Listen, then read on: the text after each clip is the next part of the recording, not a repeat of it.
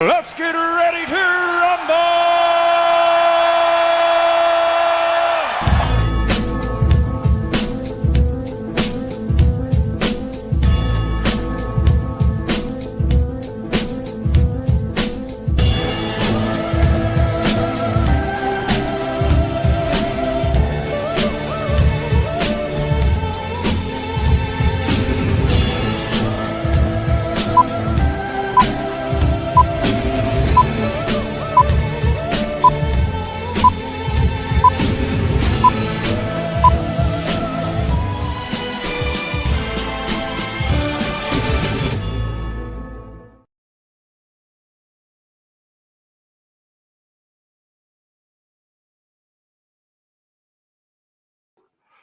Good afternoon, good morning, wherever you're watching. This is Nick, aka Alfred, aka Shank Club NFL, bringing you a special 49ers versus the Seahawks overview, preview of the game.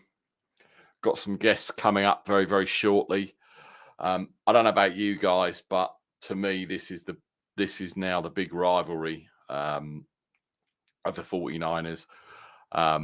And if you follow soccer, baseball, ice hockey, basketball, there are rivalries out there. And to me, this is the biggest one that the 49ers face. Before we get into it, please don't forget to hit that like and subscribe button down below. Also, if you're new to the channel, please leave a comment under the video and I will reply personally to all of them. Thanks for coming along. So it's Sunday, it's versus the Sea Chickens week. And as I said, there is definitely a rivalry between these two teams. Obviously, the last season wasn't great. We had obviously injuries and issues and basically got waxed. Excuse me.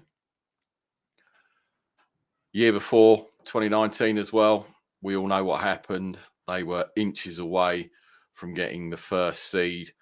And obviously we know what happened. We went on to the Super Bowl. And I honestly think the players that were playing in that game, it means something to them. And I've heard people say that players don't feel the rivalry. I don't believe that. I think they do know there's a rivalry. I think the Seahawks players that played, and there's probably not many left, but the ones that did know what happened when we went up to the clink and actually won and stopped them. So I think this is a very important game. Rumours going around, obviously it's a bit early for the injury reports. We definitely know that Elijah Mitchell is out per Schefter, and I believe George Kittle is in. So that's quite interesting. And I think today we could see Kittle being used quite a lot in this game. I'm worried. Of course, I'm worried. I'm a Niners fan, and I always feel this way when we play the Seahawks. It wouldn't matter if we were 11-0 and they were 0-11. It wouldn't change how I feel about this game. One of my best friends is a Seahawks fan, or Sea Chickens as I like to call them. And it's already cranking up in our WhatsApp group. So it's going to be interesting. I do always worry when we play them. And it's hard to explain, but I get butterflies in my stomach thinking about the game. And if we lose, that's ruined my whole week. So, I mean, the Niners losing full stop, and we all obviously know what happened last week. I will get into that a little bit. We all know what happened last week, and I've seen various podcasts, listened to various podcasts. I've also watched various shows on YouTube that are spreading the blame, whether it be on the coaching, whether it be on the defensive coordinator, whether it's Shanahan, Jimmy G, Carl's Juszczyk shouldn't have gone in. All some crazy scenarios being thrown around. Me personally, I don't know why we played so conservatively on those two plays to set up the field goal. I think everyone, me included, knew where Rodgers was going to try and put that ball. We could see it. I'm sure they could see it, yet they chose not to at least try and stop it and play. Didn't play press coverage or anything like that to try and slow that route down. Obviously, the safeties were slightly out of position. So, you know, it's one of those things where, and it's hard to say the 24-hour rule, because I've watched the game a few times and it still really annoys me that we lost that game. I don't blame Juice. I don't blame anyone. If I'm brutally honest, I'm just pissed off like a lot of Niner fans are. And I don't want to put the blame on anyone, because who's to say if Juice did go down at the 1 yard line with time left, and even though we had timeouts, who's to say that we would still scored? You don't know. And it don't matter if it was Lance in there or Jimmy under center. There's nothing guaranteed. Nothing at all guaranteed by, counting the clock down, then using timeouts and things like that. There's just nothing. So it's annoying. We move on. And as I say, it's Seattle week and Elijah Mitchell is out. So we've got to try and establish the run game early. And that's the issue with who we've got in there. I wasn't that impressed with Trey Sermon last week, but then we don't know the whole, we don't see the thing. They collapsed the end, so there was no outside zone running. So we couldn't get that going. They were stuffing the line. And everyone, oh yeah, but Green Bay, they had their best defensive player out, things like that. At the end of the day, they game planned better than we did. So you've got to take what the game gives you. We tried to take it. We went up and then basically let the game slip at the end. There was no difference in that defense to what maybe was going on in week 1 versus Detroit, except they had Jared Goff and the Packers had Aaron Rodgers. Now, we all know Aaron Rodgers is a first ballot Hall of Fame QB, and it's hard to take. And as much as I don't want to dwell on it, I kind of have to, because it just annoyed me to see us doing that. And bearing in mind, as you all know, I'm over in the UK and the game kicked off like a lot of us UK fans, not much sleep, getting up 20 past 1 or 1 a.m., finishing at 4:30. And it was a sad way to end, really sad way to end the game. It pissed me off, no end. And by Wednesday, I was still fuming. I watched Rombo Sports. I watched Nothing But Niners. I watched John Jay 49ers Ultimate Report.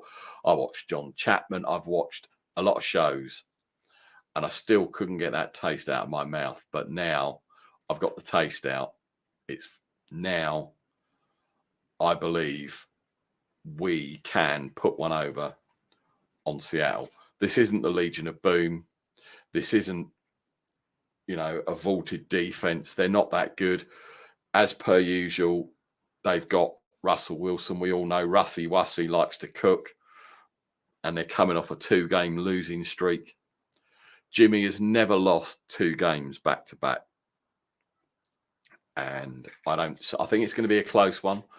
And somehow we've got to put, I reckon, 27-30 points up on the Seahawks, which If you look at last week, that's quite a tall order, bearing in mind some of the mistakes and the drops. And, the drops aren't on Jimmy. Most of those balls were catchable. I don't know what he was doing with that spin around, throw it behind you, fumble, whatever you want to call it. That was totally on Jimmy.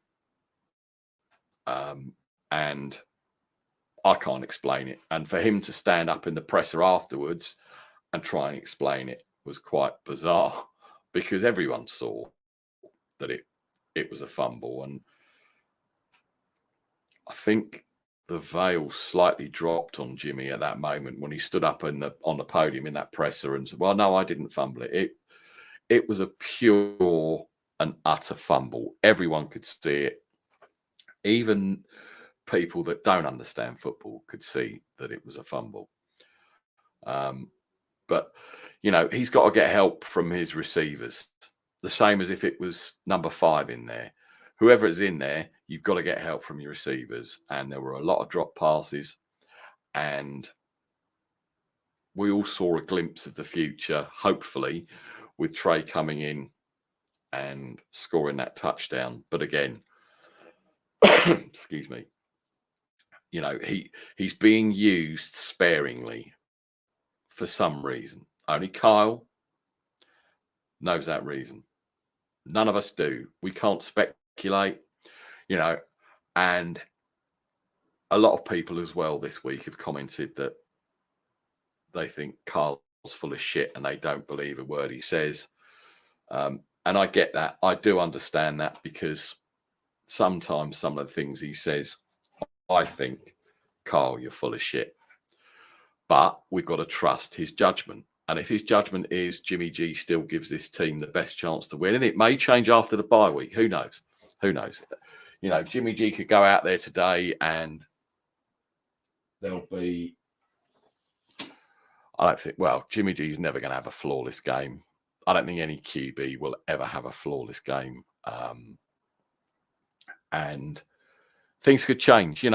People's perceptions, it's still people's perception. Oh, Jimmy's a bum. He's this, he's that. He's stealing 27 million. Look at all the money he's stolen.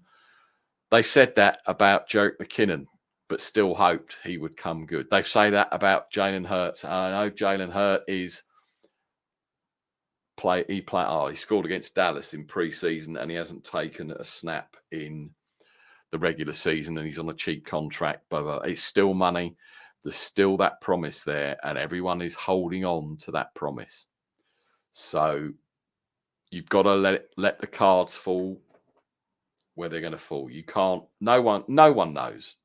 The only people or person that knows is Kyle Shanahan. And yeah, he plays the media off, and some of the things he says, like he said, Jimmy played very well last week. In stretches, he played well. But I would say he was mediocre last week. Got one of my guys coming in. Are you ready to come in, Ryan? Give me a thumbs up if you are. Got a thumbs up. Good morning, sir. How are you today? Good morning, Nick. Can you hear me? I've got you, sir. Can you hear me? I can hear you. We're all good to go, Dan. I was making sure my Bluetooth was hooked up. Yeah, it's all cool. It's all cool. I was getting very lonely. I thought I was going to have to speak to myself for an hour. I had to hook you up first to my Bluetooth before I left anywhere. I'm on the road now, so. Cool. So I don't know if you heard of anything of what I was saying. Obviously, I was reflecting on last week against the Packers and the fact that everyone is blaming everyone else. It's Jimmy's fault. It's the coach's fault. It's DeMeco Ryan's fault. It's the scheme fault. It's this. What's your take on the Packers ending last week and the fact, and people are saying Juice should have sat down at the 1 yard line and we should have burned some timeouts. And I was basically saying there's no guarantee you're still going to run it in from the 1. Whoever is under center, there's no guarantee that we were still going to go up in that. So touch on the juice thing, and then also the what happened at the end with Rodgers and Devontae Adams for me. Gotcha, Nick. Yes, there is no guarantee that he would have fell before the 1 yard line because the first down was on a 1 or 2 yard line. There's no guarantee he would have fell. I know that because momentum would have threw him inside the end zone. I get that, but what people understand when I posted my picture about the clock management. Okay, I know it was momentum, and we were going. And at the time of I took that picture, it was 12 seconds left on the play clock. I mean, not the play clock, the play clock, right? Yeah, the play clock. And I understand we had to. Well, why can't we just not hit the ball for until at least 3 or 2 seconds, 2 or 3 seconds, and then hike the ball, do a run play with juice. I don't care who it would have been. It wouldn't went that far, but at least my point is, I just wanted to kill the clock down at least maybe 15, 10 seconds. I know a lot of people won't agree with me. They won't agree with me. I know. I get that. So, but this is the way I feel. I've been watching football for over 40 years, and this is the way I feel about clock management. You know, and but you know, it just went down, and we scored a touchdown. And a lot of people won't agree with me how I thought about the clock management, but it's just the way I felt. It was just my input, you know, my opinion to it. But whatever, how it goes, how it went, you know. I didn't care if we lost on the 4th down play. I didn't care about that. I just didn't want to give Rodgers a free shot to come back and win against us. Because you know how Rodgers is.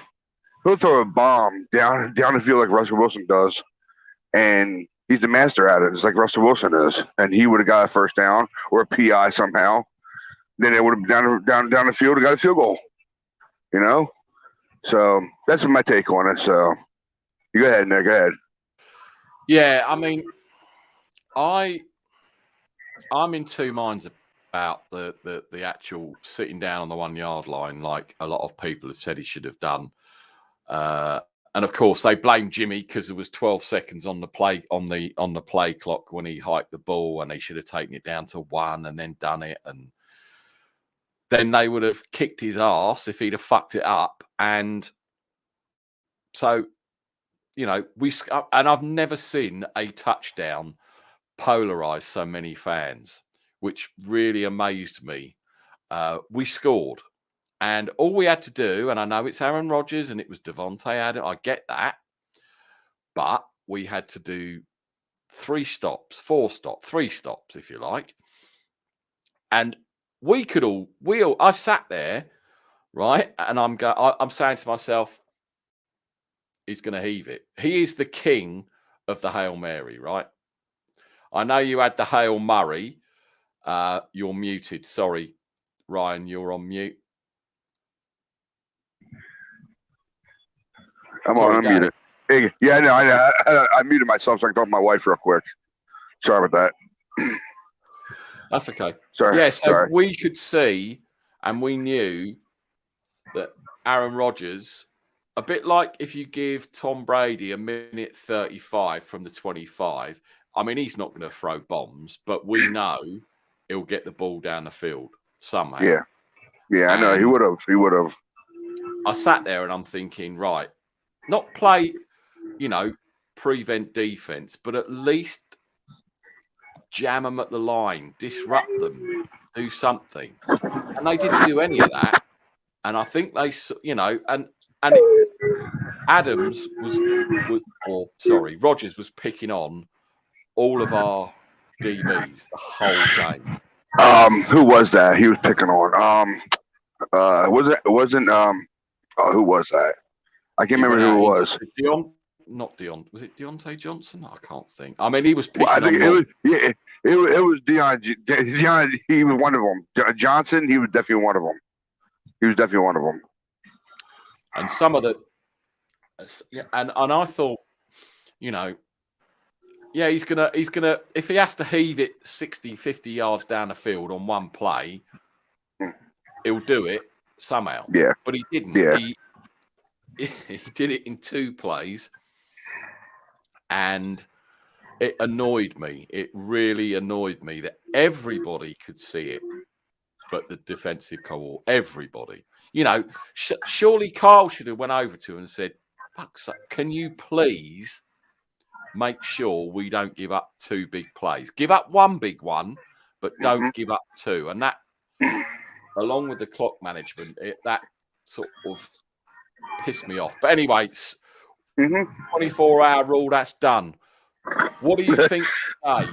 Elijah Mitchell is out. George Kittle apparently is in.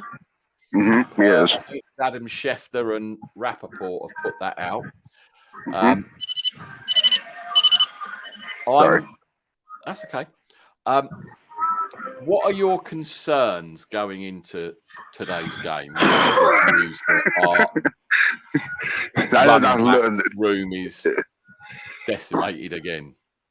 Yeah, nothing left by now, but our secondary, definitely our secondary, definitely. Well, now, you see, I'm more concerned with the running game, because if we can open up the running game, the outside zone. I mean, the other thing I heard this week, which did sort of make me start thinking, if the ends crash, you can't do that outside zone stuff, and you can't get that going, and that's Kyle's bread and butter.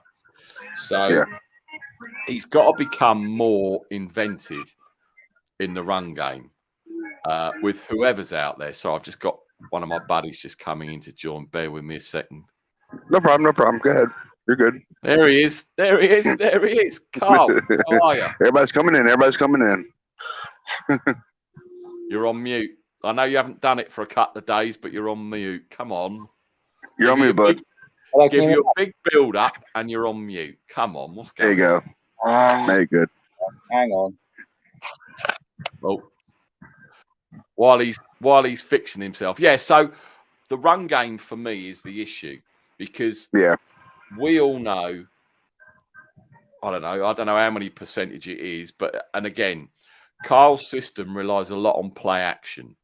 Yeah. Whether it's 5 or 10 under center, we rely on play action. If we can't get a run game and establish it, it doesn't matter, 4, 5 yards at a time, whatever, that's not going to open. And again, I couldn't give a shit if it's Jimmy or Trey. It doesn't matter who's under center. If we can't get that run going, we aren't going to be able to start passing. And that is very important to this team. So I would say my biggest thing this week would be the running game. Defensively wise, we've got to contain Wilson and make him try and. I know it's hard, and these next 2 QBs scare the crap out of me. You got Russie Wussy and you've got Kyle Murray. That's 2 QBs that and we saw what the Philly QB did. I'm hoping we have learnt something since that game to try and predicate what those can do. And I know they're 2 different animals, and Russell Wilson's Russell Wilson. But when we've had a bit of success, we've managed to keep him in the pocket, or we've managed to get coverage sacks. I think the last time we played them, when we beat them by that much, when Greenlaw made that stop on the goal line, we were getting a lot of coverage sacks because they couldn't get open, which, again, is something we got to try and do today, I think. Well, I know one thing, I copy off that the running back room. I am so glad that Mitchell's in. I'm so glad he'll be playing. I hope to God he is not a bad scratch at the end. I hope he's good to go, and we'll have a chance with Mitchell, because the way he played last time. But otherwise than that, don't know about Sermon. Elijah Mitchell has been, if you're talking about Elijah Mitchell, he's been ruled out already. Are you serious? Yeah, he's been ruled out. Came out. Oh, Chef my said God. it. That's what I said. So we've got. I mean, what did you think of our rookie last week? Sermon? Yeah. Oh, man. I take it you wasn't overly impressed. No, I was not. No, I was not. Now, I was mean, that what they did, because they killed our outside. That's our bread and butter, our outside running. And when they did that, that's when everything went downhill. That's the reason why Kyle was using the middle of the field and try to go through to give this a line, and then they got the boxes up to kill us from the inside. So Kyle had to figure out something. But the tosses that we did, I think against Green Bay, Eagles, they actually were working. The tosses were actually working. They were. yeah, I mean, we haven't So really sort of seen. I know we're only week 4, but we haven't yeah. seen a lot of those kind of. I don't know if you want to call them gadget plays or trick plays, however you want to call them, but we haven't really seen any of that. Not to the what we used like 2019. Most of those plays that were successful from behind the line were those kind of plays, and he's still showing the motions and things like that, but they haven't really done those. And I don't watch college football, so I'm not an expert. I mean, what was Trey Sermon like in college? Was he quite an aggressive? Because everyone said he's a battering ram, and he will go in there and he will put his head down and he'll run.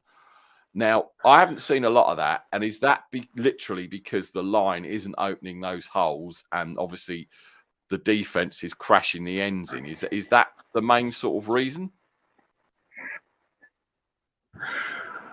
Like Nick said from NBN, like he said, Kyle went out and got Sermon because I watched his film, his tapes, and he looks like a bully. That's one word they called him, a bully. Exactly what they called him, a bully. The way he ran the ball and the way Mitchell ran the ball, because they both use step arms, and they just don't know what. I guess Sermon's got to get used to the NFL level. That's the only thing I can think of.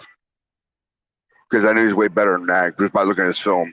So basically, that's where I'm at. That's the thing as well. A lot of people have said, and I suppose you can, a lot of positions within the NFL coming from a college team, and it doesn't matter whether you're Alabama or you're, the top schools. The NFL is probably twice the speed of the college game, and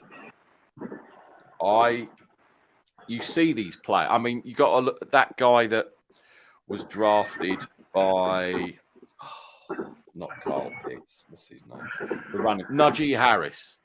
Admittedly, that line is crap in Pittsburgh, but he's really struggling. Trevor Lawrence struggling. Justin Fields is getting killed. Zach Wilson getting killed. It's a different game. Yes, it is. Yes, it is. And I'm surprised by Trevor Lawrence. I really am surprised by him. But he was doing good at the end of that game last week. He was doing good on Thursday. He was really doing good. Then all of a sudden, somehow, I don't know if it was the defense that was giving up, and that's when Cincinnati was doing their stuff. Because Joe Burrow actually looks pretty okay. He was pretty good now. Looks better than he was before he went out. Because I think it was ACL he went out on. Yeah, he was, and I think they tried to improve that line because Cincinnati, he would have got murdered this season if they hadn't have addressed it. Because my favourite QB I've sort of put in Mahomes aside because Mahomes is just ridiculous. Justin Herbert is amazing. Yeah. And I wanted Justin Fields to be the guy that the Niners took. And they, for whatever reason, they didn't. We've got Lance. And it just showed. I mean, Fields, again, big build-up, massive build-up. And he looked awful. And I'm thinking, and they've already said that when the Ginger Assassin, a.k.a. Andy Dalton is back, he's going back in there. So what does that say about your golden boy that you picked? You know, to me, that says that they think he doesn't look ready. To me, yet in that college system, he was amazing. And it's weird. It's weird. But getting back to the Seahawks game, I think we need to get this real quick, Nick. Yeah. I want to let you know, I'm looking forward to seeing the Raiders versus Chargers. I am. I know it's Niner talk all the way, and I'm a Niners fan all the way, but I'm looking forward to seeing that because I think Derek Carr and Justin Herbert is going to be a good matchup. It's going to be a good one. I mean, that's got potential to be a shootout all day long. Yep. I'm still not sold on the Raiders. They're going to find a way to fuck it up. They always do. Do. And when I'm not watching the 49ers, because obviously over here, as you know, we have 6 p.m. games. Our game today is, I think, a 9:25 p.m. game. So I like to see what's going on. I can't stand red zone. I don't. No disrespect to Scott Hanson, but I can't flip-flop and keep seeing different games going different ways. And so I can't watch. So I pick a game to watch. I haven't looked at the 6 o'clock games yet to see what I'm going to look at. And bounce off your Lance thing. That last week matchup, or was it Eagles? I think it was Eagles. Yeah, it was Eagles. When they took out Jimmy for that touchdown. Okay, when it took Lance to get it, and when the one guy that was on there, I think his name was Jesse, that was on NBN. He was right. They should have brought Lance in, took Jimmy out the rest of the game, let Lance ride it out. That would have been a perfect opportunity for him to get used to the NFL level right then and there. Finish that game off, see what he could do. And then, if he doesn't do good, just leave him in there, let him get the feel of it, and then let Jimmy play against the Packers. That's my thought about that. And Mike said that they better do it. They better do it. I was telling myself when I was watching that game, I have a feeling that's not going to happen. I have a feeling that Kyle is going to bring him back in there and let him ride the whole game out, and just give Lance a couple of plays like he's been doing. But it makes no sense by doing that. It doesn't make no sense. I'm sorry, Kyle. It doesn't make no sense why you're doing that for. That's the kind of thing that mystifies me and makes me wonder if, and again, we don't know because there's no leaks coming out the building anymore. Not like when, what's his name? Harbaugh and Co were there. There's no leaks coming out the building. So is Lance the coach's guy or is it the GM's guy? And the whole thing was, it's going to be Mac Jones. It's going to be Mac Jones, and everyone was like, anyone but Mac fucking Jones, please. Anybody but him. And I think the closer it got to the draft, I think it became apparent it was either going to be Fields or it was going to be Trey Lance, depending on who went. Well, I think everyone knew 1 and 2 were sold, and we traded up and stuff. And that's the other thing. We trade all that stuff, even though I know if the 49ers for the next 2 or 3 seasons make it to the playoffs and are in the arse end of the first round, there's no guarantee that those players are going to be any good. So you maybe aren't giving up that much when you think about, let's say we win the Super Bowl for the next 3 years. I know we're not going, but hypothetically, we gave up 3 32s in the first round, which is nothing because you don't know how these prospects are going to pan out, right? So when you kind of look at it that way, do you think we gave up that much? Bear in mind, if we're successful. I knew for a fact that we're never going to get Mac Jones for some reason. He wasn't speedy enough, okay? And I love the chess game that Kyle played with that quarterback situation. with the way, for the draft. And I loved how he did that because he was just playing chess and trying to make everybody think he was going for him. And it was on ESPN. It was on all sports networks. It was all over the place. And I told myself, I don't think he's going for Mac Jones. I'm sorry, he's not going for him because I can tell by the way he plays. He's not that typical Kyle. His offense, when he runs his offense with the running backs and all the play actions. I just don't get it, why people thought it was going to be Mac Jones. But it's all right though. We got Lance, and guarantee it's gonna. That's my bounce off for you. So we go and move on to Seahawks game if you want to. Go right ahead. No, that's fine. Do you believe everything Kyle says, bearing in mind his quote last week that Jimmy played very well or really well? I can't tell you the exact quote, but do you? And that was the other thing on MBN, because obviously I've got my MBN sweatshirt on, so I am a fan. I'm a fan of him too. What do you think he's full of shit? What's the? I don't. Kyle's why playing do chess. you say that? Because we all know, okay, that the end of the season, Jimmy's gone. We all know that, yeah. And I'm a massive Jimmy fan, right? And I've nailed my colours to the mast.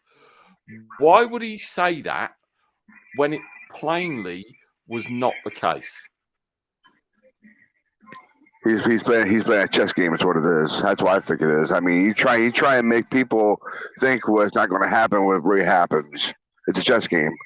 He's been doing that, dude. He been doing that ever since he was in Atlanta. And I tell you right now, you never know with Kyle. Put it that way. He has you guessing and guessing and guessing until whatever happens.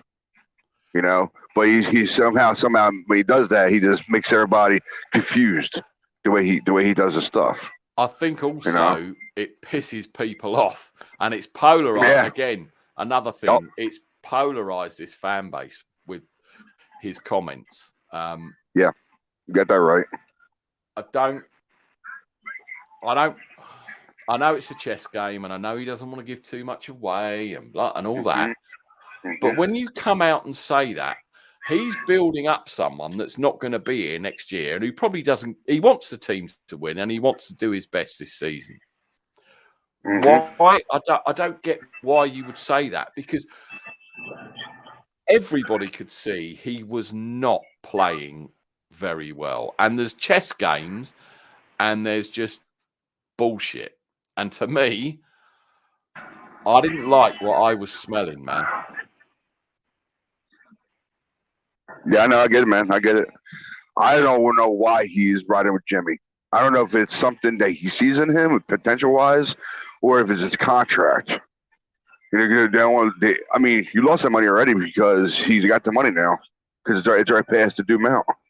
So, basically, I think Clouds he's going to use Jimmy until he gets hurt, or I don't want to jinx it, knock on wood. I ain't got no wood around here, but he's going to use him till that happens. And I think where everybody was right, he's probably going to be gone at the end of the year if we don't go anywhere this year, and Lance is going to be our starter next year. I can probably guarantee it. But then, what are you going to do about the backup after Jimmy goes and Lance is our starter? Who's going to be our backup? That's a good question right there. Well, yeah, that's the other thing, of course. When you look at that, and we've seen how bad it has been with CJ and with Nick Mullins, and everyone was crying because Jimmy was this, that, and the other. And we saw it with Alex Smith and David Carr, and people at Candlestick, we want Carr, we want Carr. And it's, I don't know, because we could be going back to square one and setting ourselves back a few years if we don't, I wouldn't say serviceable backup. I don't know. Nick, I hope now you've got me thinking even more now, and I'm even more worried next year. I'm sorry about that. I really am sorry about that, but it's true. It's true. Because right now we have no backup. All we have is 2 quarterbacks. We have Jimmy and Lance. Now we get rid of Jimmy. Who's gonna be our backup? Well, that That's was the what- thing, that's- you see. I didn't think that we were ever going to trade Jimmy. I Mhm. never thought that was going to be the case because right there, I mean, we have Studfelt, we had Josh Allen, Mhm. and we're not winning any games with those two. I know, obviously, the things changed. But yeah, it's worrying, as you say, because we don't have a backup next year. Now, who knows what comes available on the free agent market and things like that.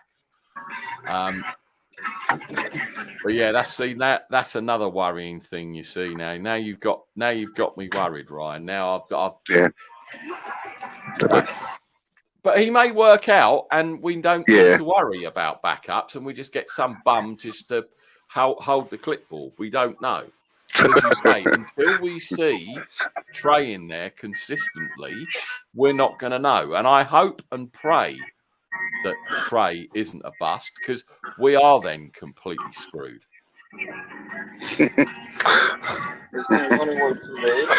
Cross your fingers on that, Nick. Cross your fingers on that. You know.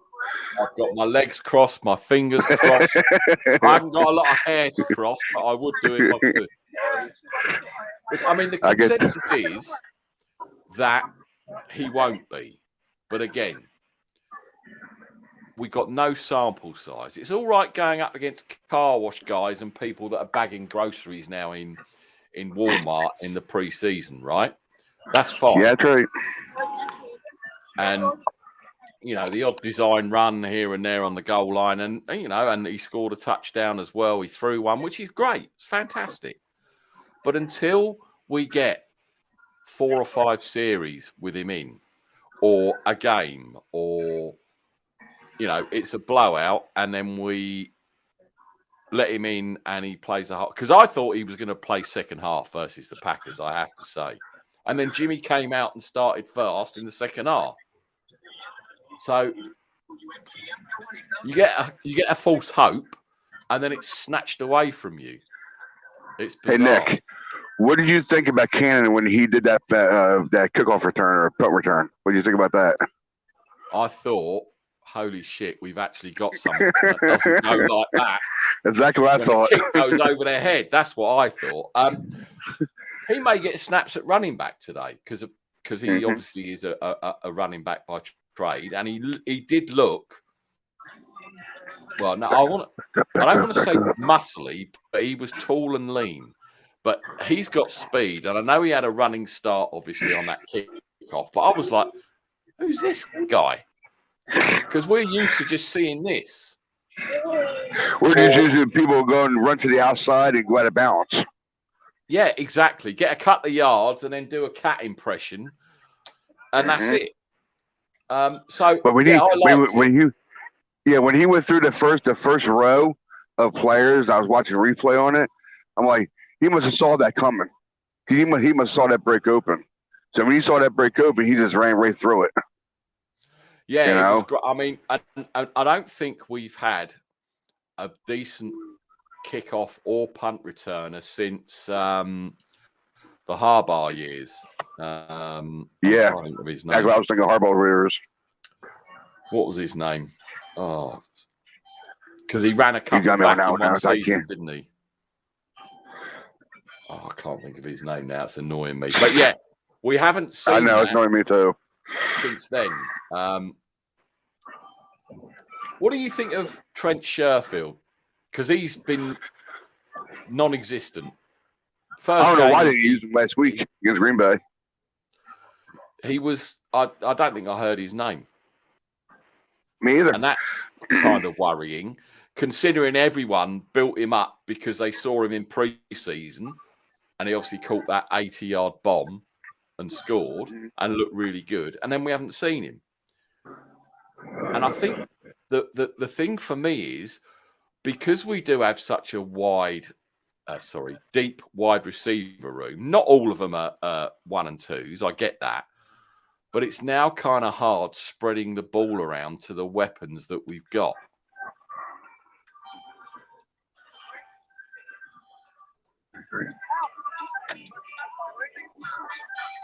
Okay. Yeah. So. Yeah. Sorry about that. That's okay.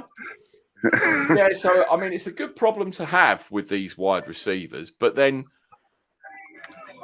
you've got to be able to get the ball to them on a consistent basis, and it's obvious who the 1 and 2 are. 1 second, Nick. I'm sorry, bud. I'm sorry. No, that's okay. Try and park the car so I can actually talk to you a little bit better. Okay. There you go. There you go. I'm better now. Yeah. Last time I saw Trent Sheffield come in, he came in the Eagles game. That's the last time I saw him come in. And he was supposed to be, going to be good for this team. And you also had Sanu's been sprinkled in, and again, it's hard to know where the philosophy is with these wide receivers. Who's going to play? I'm going to. Sorry, man. I'm sorry. I had to schedule my family. Sorry. No, I appreciate you jumping on. Trust me. It's good to find. I'll stay. If you want me to stay long, if you want me to stay longer, I can stay longer. It's up to you, though. It's up to you. No, you carry on. No, if you want to stay on, please do. Because it's either that or me talking to myself. So. No, I don't want you to talk to yourself, man. I don't want you to do that. No. I'm all like that. So I'm interested to see what the running game can do today. And I think if we can get that running game established. Oh, sounds like you've got anarchy in the USA going on over there, brother. Yeah, I think if we can establish the run game, it'll open the pass game. It will be a lot better. But we've got to see something from these running backs. We've got to, because otherwise it's just going to be a very long 3 hours watching this game. And I really don't fancy staying up after midnight to watch us getting absolutely waxed, because that's what could happen. We spoke earlier about letting Russ cook and all the rest of it, and we know they've got DJ Metcalf. I believe their number one tight end is out, which again does get used a lot. But they're running backs. They come in, they run hard downfield, and Kinlaw's got to play a part on the defense. I think we've definitely got to get pressure on Russell and keep him in the pocket. But yeah, I want to see this running game has got to do something.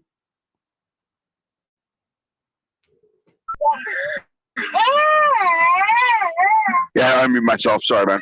Yeah, my daughter's going off because her mother went inside she's working now. She went to work, so yeah, I'm sorry about that. She's gonna be like that for a while until I leave. But I think about Carson. If we can stop Carson and stop Russell, I think we'll be doing against them. So who would you put on DJ Metcalf? Oh boy, tough one. That's a tough one. It is. Definitely not Johnson. Definitely not him. Well, He'll get burned. Well, hopefully he's injured. That's the wrong thing to say, but hopefully he doesn't. No, I don't want that. No, I don't want that. But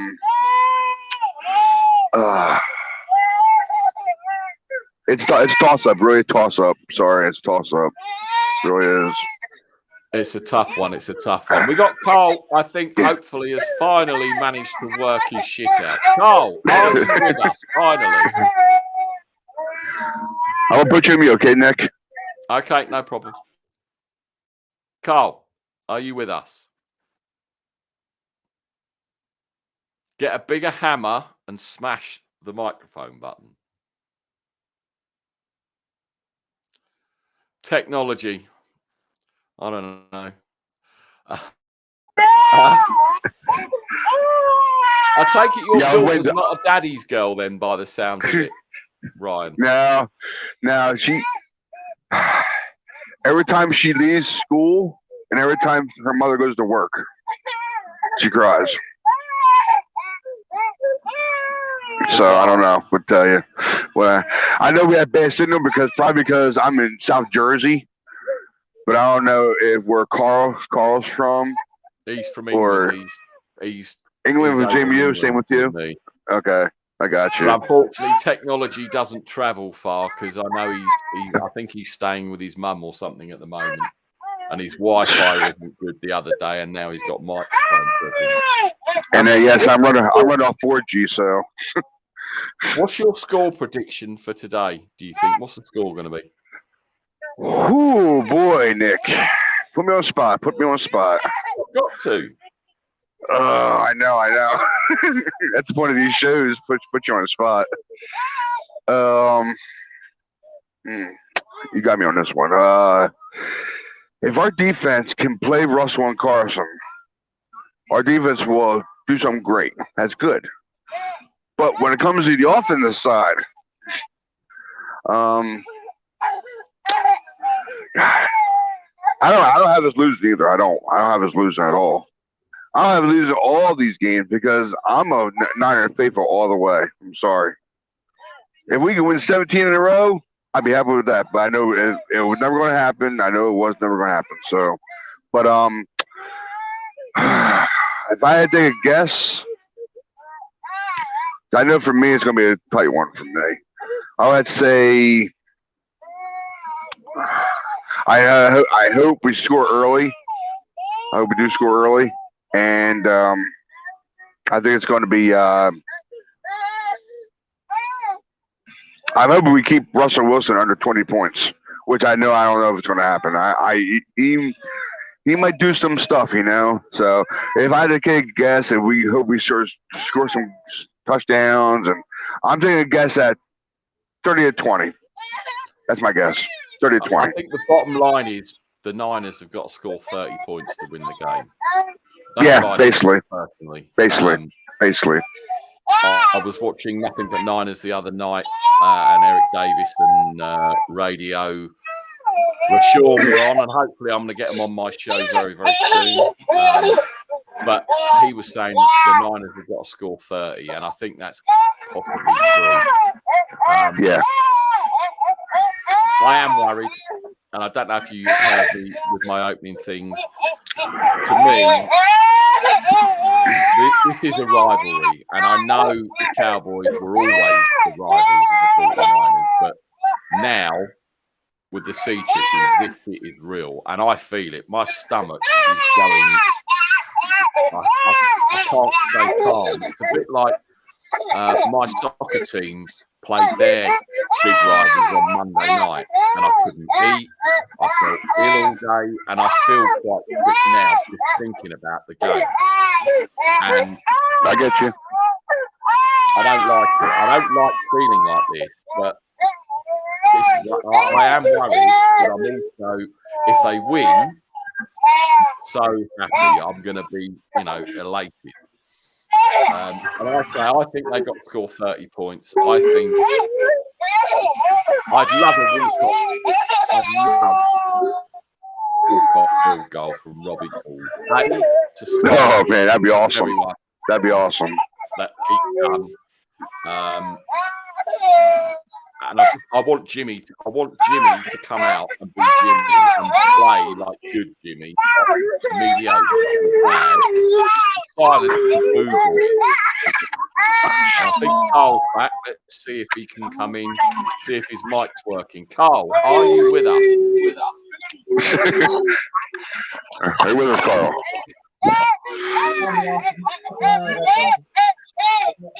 Oh, I think I can hear him. I'm not sure. Carl, are you there? Yeah, we can hear you. Yeah, we can hear you. I can't hear you. I can hear him. Carl, go ahead. Yep, I got you.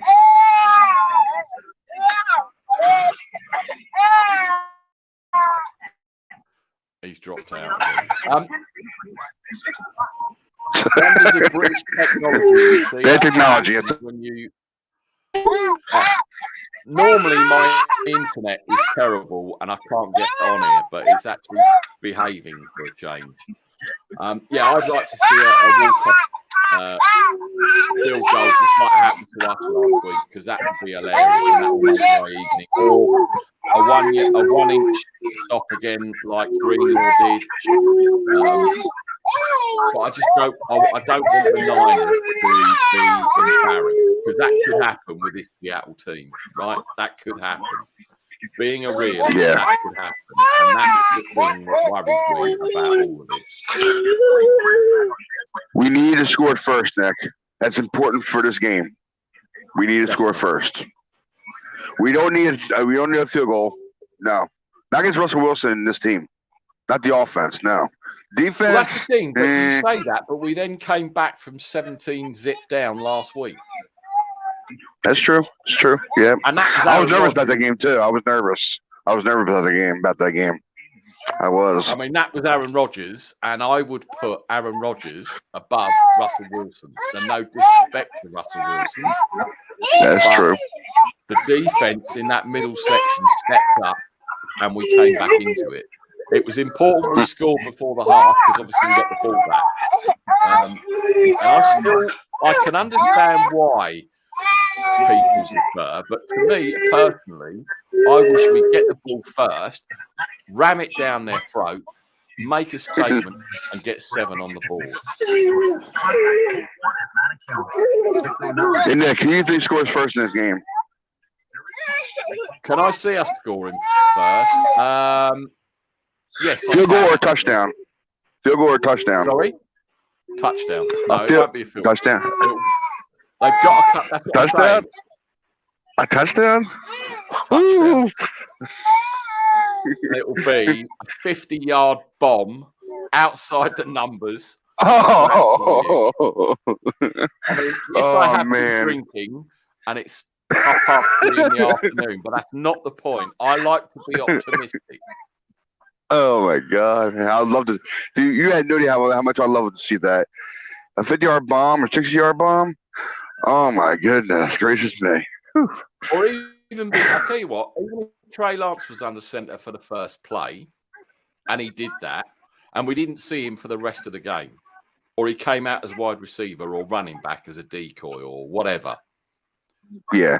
To me, that would be Kyle sticking up the bird and saying, I actually know what I'm doing. There's one thing I'm sorry, guys. Unfortunately, I can't, because that to me would be hilarious. But first play of the game, everyone expecting Jimmy, he's on the sideline, he's warming up and doing all this, and his chin's everywhere and he's looking pretty. Mm-hmm. And then Trey comes out and just bombs one. That would absolutely, that would be the highlight of the day for me. I can't see it, but it would be. I tell you right now, I don't see. I would love to see Lance come in and do that. I love it. I would love it, but I just don't see it for some reason. Tell you right now, man, Kyle must have something on Jimmy. I don't know what it is. Like I said before, I don't know if it's potential or what. I have no idea, but it's something. It's something. I think the only thing I would say, and I know everyone's going to say, oh, well, that's stats, and this, that, and the other. But he wins with Jimmy. He wins with him. And it doesn't matter, if there's handoffs or, he's handcuffed. Jimmy is a leader. And no one knows what we're going to see with Trey until we see it. And that's the issue. If we'd seen some of it, then you could run with it, but we haven't. So, as you say, he must still have faith in Jimmy, or he doesn't like what he's seeing with Trey Lance at practice, because obviously we don't see the practices, and it doesn't matter whether you're Grant Cohn or whoever. He must see stuff that he doesn't like with Lance on the training ground. Otherwise, Lance would have started the second half against Green Bay, and that would have shown everybody that he thought he was ready. And I don't know. Something's not right here. That's all I'll say. I don't understand if Jimmy has been that bad, why Lance wasn't put in, especially that second half versus Green Bay.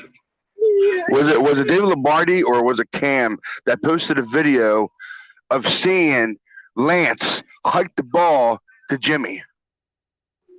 I haven't seen that. I'm gonna have to go and look at that. I haven't seen that. It was on there. It was Lance hiking the ball. He was getting the feel of it with his fingers for some reason. I mean, it was Lance. It was Lance's hands. That's what. I think it was Cam. Pretty sure it was Cam. And he posted a video of seeing Lance just stay there like on his one knee and hike the ball to Jimmy. Do you know what I wish we'd do? And I love this play, even though it doesn't work that often. I love flea flickers. I love that play. It's a very high risk play, but can you imagine I don't know. I'm trying to be inventive here. A juice check back to Trey Lance for a flea flicker bomb. And I think the only time we saw a flea flicker wide open.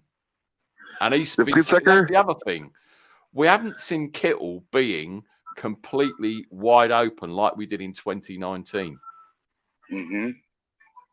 Or Juice, for that matter, really. That's the other thing. And so I don't know, and I had this debate a couple of weeks ago. Mike McDaniel, he's obviously not the offensive coordinator per se, and he has some input. Are we seeing too much of his style and not enough of Kyle's old school 2019 play calling? Do you think the play in 2018 against the Saints when Manuel Sanders threw it to Mostert, do you think that was a flea flicker, maybe? Ish, but it's not a traditional one. Yeah, that's true. That's true. Running back goes into the line, spins round, throws it back, and then bang. But mind you, I think if we tried that, someone would get sacked. Whether it's 5 or 10, would probably end up in the dirt. But it's one of those plays you just don't see very often. And we all saw Philadelphia trying the Philadelphia special against us, and how did that work out? Oh man, I loved how that play broke up. I loved it. They had both covered. The quarterback or whoever it was that was about to throw the ball, I forget who it was. They had him covered, and was it Warner? Warner was covering the receiver guy too. It was an awesome way they played the whole thing out. I seen it coming too.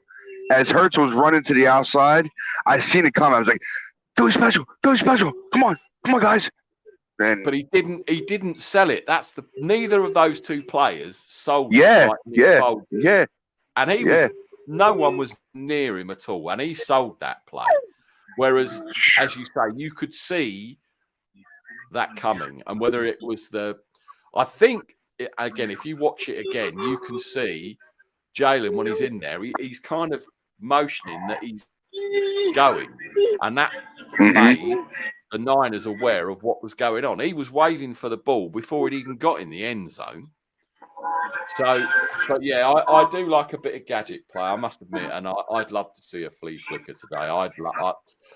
Anywhere in the NFL, give me a flea flicker because I think they're fantastic when they work.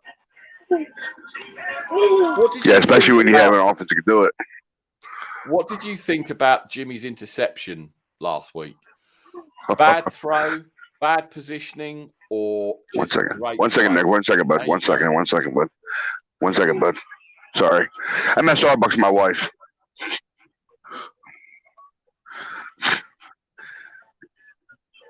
I'll answer you in a little bit. Let me see here. What I think about it, man. Tell you, the ball was placed perfectly. Just had, I think it was too much air underneath of it when he threw the ball. When I think he threw it, because I was able to get the corner guy to run from the outside all the way to the play. Because there's too much air underneath it. That's what it was. Thing was as well, again, you probably saw the Nothing But Niners show when ED was talking about it. They didn't put off that player enough for him not to make the play. And I know ED is quite controversial with some of the things he says, and you know, he's not. He is a Niner, and he'll always be a Niner. Gotcha. Oh, look at that drive-through! Look at that. Thanks a lot, ma'am. Thank you. You too. Yeah, drive through. Sorry, guys. Sorry. Drive-through action live. Yeah, Sorry with that. Ed does speak a lot of sense, and I'm with him on the Jimmy G thing. Some of the things he says I don't quite agree with, but yeah, I think they didn't. Whoever the receiver was didn't do enough on that cornerback to disrupt him, so he couldn't get over to make that play. And it was literally, as you say, there was a bit too much air on it, but Kittle was laying out to get it, and then it was just a great play. He came in and stole it, really.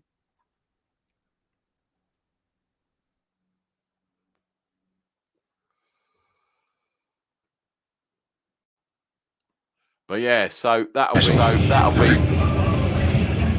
I'm here, Nick. I'm sorry. You still there? Okay. Yes, still here. And so people criticise Jimmy for throwing it and this, that, and the other. And the throw behind him and stuff like that was just ridiculous. And how he could get up there and say, you know, he didn't. It wasn't a fumble. It was this. It was that. It was ridiculous. And I think he made himself look a bit silly. But I'm looking forward to this game tonight. 4:25 over there. 9:25 UK time. I'm going for a 49ers win, obviously, because I'm never picking against the Niners. I don't care who they're playing. I want to see the run game do well. I want to see the secondary step up. I want to see the pass rush get home, disrupt Russell Wilson, stop him cooking. I don't think I've ever seen Russell. Well, in fact, I don't think Russell's lost 3 in a row. So that's another thing to take into account. Oh, my stomach. It's horrible. I hate this feeling. But I'm still going for a Niners win. I would say a 3-point game. If it's more comfortable than that, happy days, then I'll be happy. If it's more than that, but I'm just happy for a win. I don't care if it's by 2 points, a safety, 1 point. I don't care, but we've got to put up points and we've got to come out and we've got to start fast. Both sides of the ball have got to be fast and on it.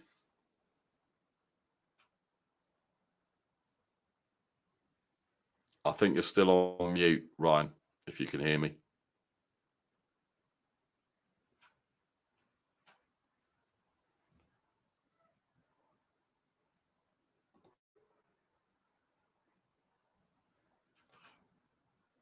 I can't hear you, Ryan. You're still on mute. Has your headset died?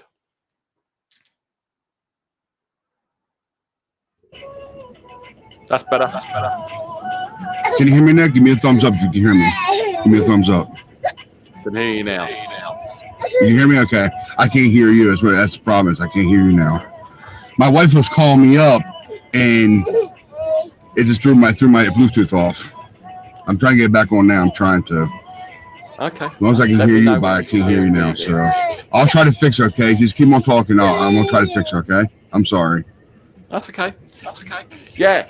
So, looking forward to the game. Really looking forward to it. I'm really interested to see how this game pans out. As I said, I want the Niners to come. I want them to start early. I want them to start fast. And give me a thumbs up, Dion, if you're rolling.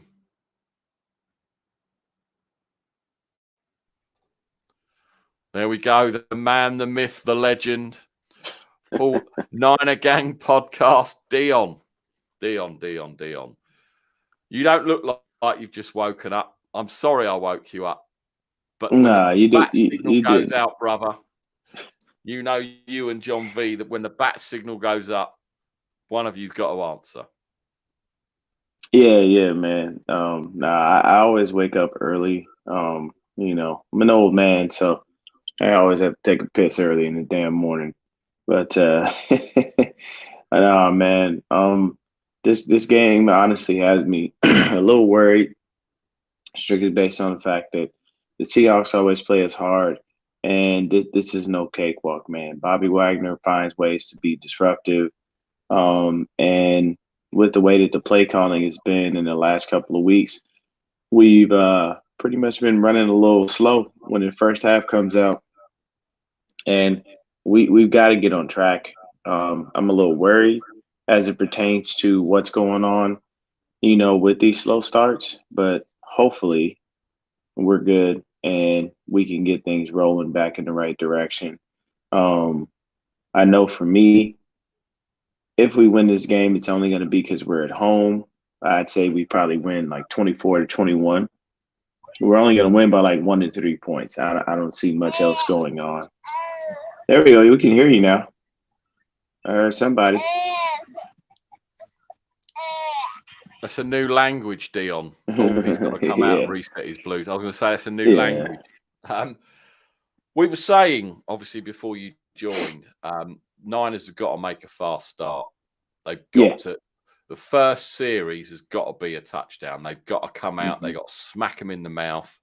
I mean, I was saying I'd love to see a flea flicker with Trey and he bombs it 50 yards for a touchdown. It's not going to happen.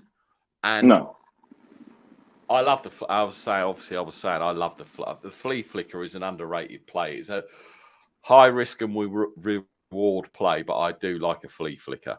And to me, I would love to see him throw that in there, or a trick play with Lance for the first play, and we just basically make a statement. I think we should take the kick off, not defer, and ram it down their throats.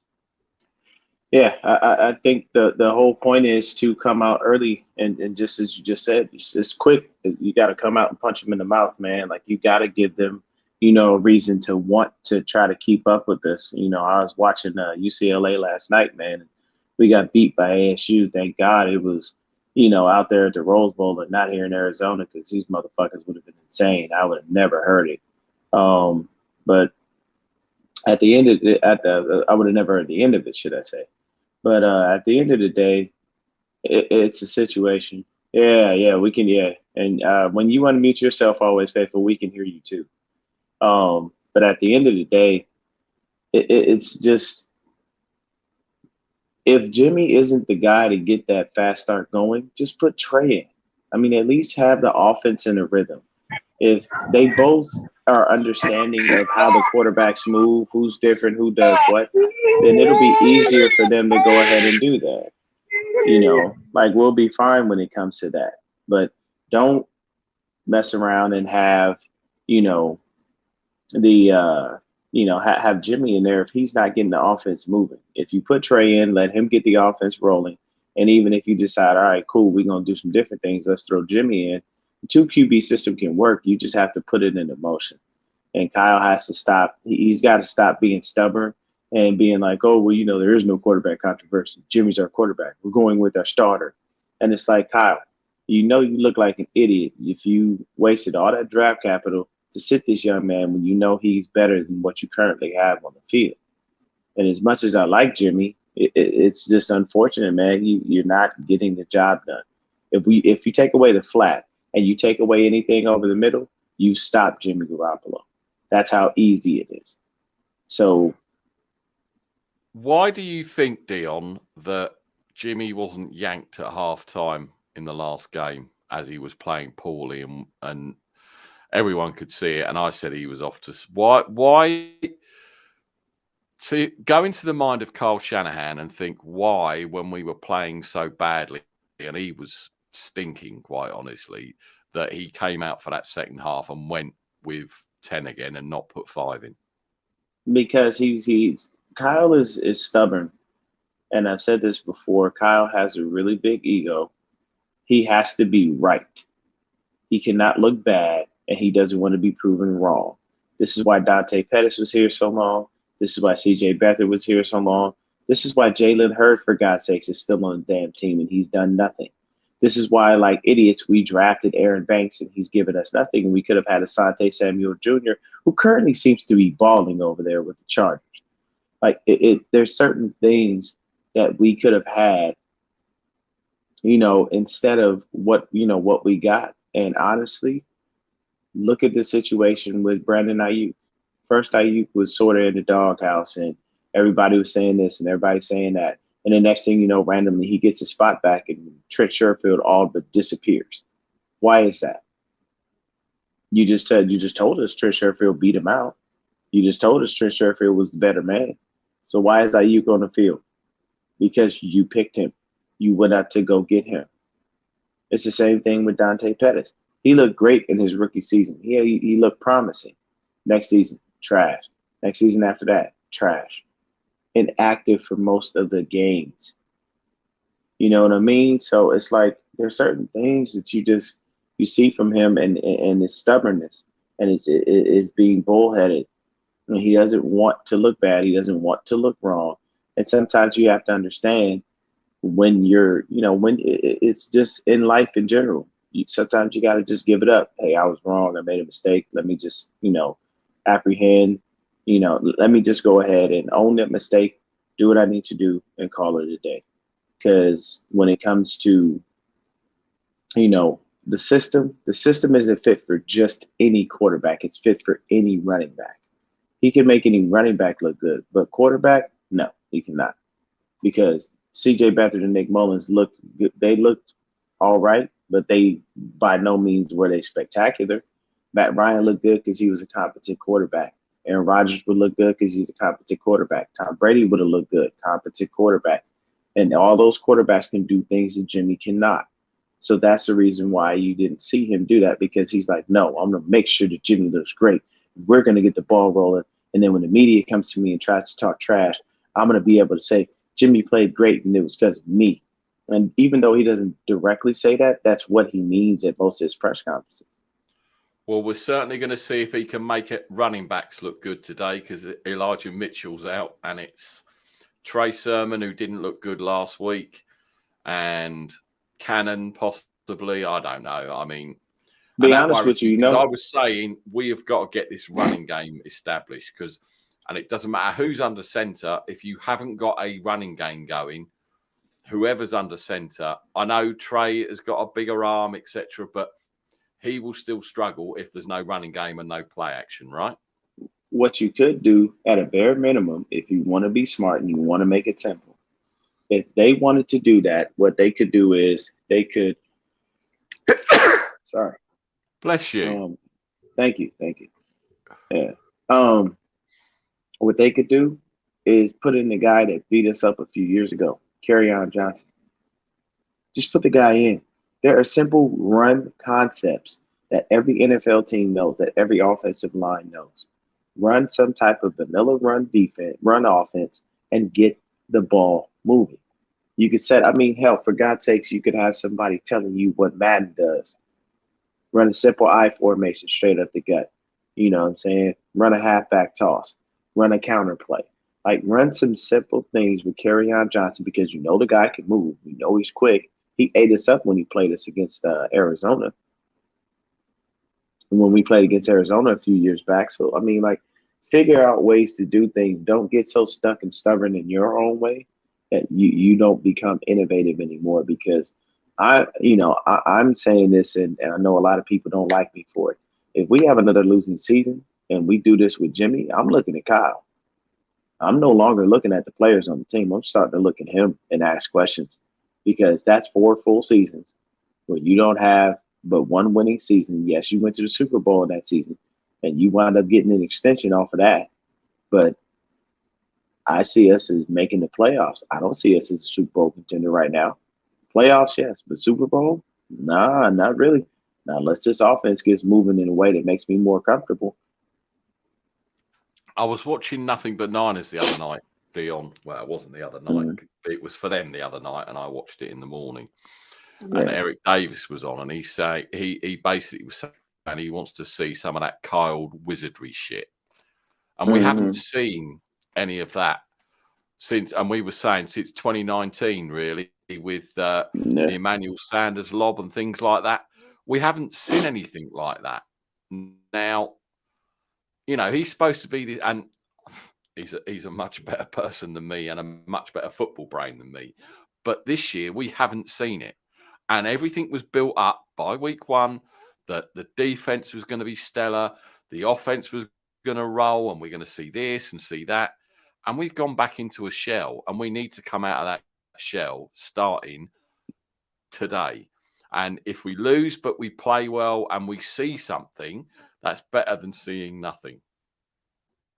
I agree with you completely. Like the one thing that I took away from the Green Bay loss was it was only by 2 points. Like we played. We came back. We did what we were supposed to do. And we only lost by 2 points. So I take that as a partial win because we didn't get blown out. But the issue is if we turn around and we wind up in a situation where we're, getting blown out and beat down in this game, that's just going to say the same thing that everything else. It's a divisional game, and they know what it is. When I picked the Chiefs last week, I know Scott was looking like, yeah, man, whatever. It's the Chargers. We're going to beat them. And then what happened? The Chargers came out and got them. It's because those division teams know you because they play you so often. So he can't go out there with the same basic ass offense that he runs because Bobby Wagner's going to sniff that out and be telling people this is what they're doing. That's what they're doing. That's what they're doing. Go here. When the play starts, just be in this spot and you'll be able to make the tackle. That's what's going to happen. Yeah, he's got to open it up this week. He's got to. As you say, divisional opponent. We've obviously lost one against the NFC in the Packers. And I want to see that old school Kyle where you don't know what's coming. And then it comes and you're like, shit. And there's players open downfield. Doesn't matter who it is. And whoever's under center is throwing them the ball. We're scoring. We're running the ball. We're making, and it doesn't matter what defense we're making second. Well, it does because it's the Seattle Seahawks, and you know how I feel about Seattle. So I want these put in a fucking clown suit today and made to look ordinary by Kyle's mind and the fact that everything is in sync and on point. Will it happen? I hope so. Remains to be seen. I hope so. Ryan, what do you want to see from the offense? Do you want to see some stuff we haven't seen so far and not being vanilla and shit like that today? Okay, first of all, nice to see you again, man. Same here, brother. I'm looking forward to seeing some tricky stuff too. I really am. I repeat, I do not want to lose against these guys. Not these ones. And I know divisional opponents. And I hope I don't get trouble for saying this, Nick, but I call them Seahawks. If you really want to, Ryan, on this channel, because we're not monetized, you can say fuck the Seahawks for all I care. You can call them what you like. Yes. You can call them what you like, because every week I say fuck the Seahawks. And I love that Twitter fuck the Seahawks, because he's in my inner circle on that circle of friends thing, because I have to retweet every time he says it. And that's all he says. And that's genius. I wish I'd have thought of that, because that would have been a great second Twitter thing for me to have. But I love it. I do. Okay, then. Okay, yeah, I'm sorry. Go ahead. Any game other than it's these two games every year that give me the heebie-jeebies. I'm not bothered by any other two games. And I know, we normally split with Seattle. We normally sometimes split with Arizona. I think the Rams this year are a different proposition, as much as I want to say it's still the same sorry-ass Rams. But again, they may go the same route as I hope the Raiders do and find a way to screw it up, because the Rams can do that. But anyone but the Seahawks, anybody but the Seahawks, it will ruin my week. Who do you think we have most advantage on in our division? Who do you think we have most advantage on right now? Dion? Seahawks, Cards, Rams. Who do you think we have good advantage on this year? Hopefully, I know probably won't take 2-0 on each one of them, but do you think we hopefully take both games from each one? I know it won't happen, but what do you think? Do we split both of them, or three of them, or do we take at least two out of one of them, or we go halves on both? To be completely honest with you, the only team that I see us beating twice in our division is the Rams.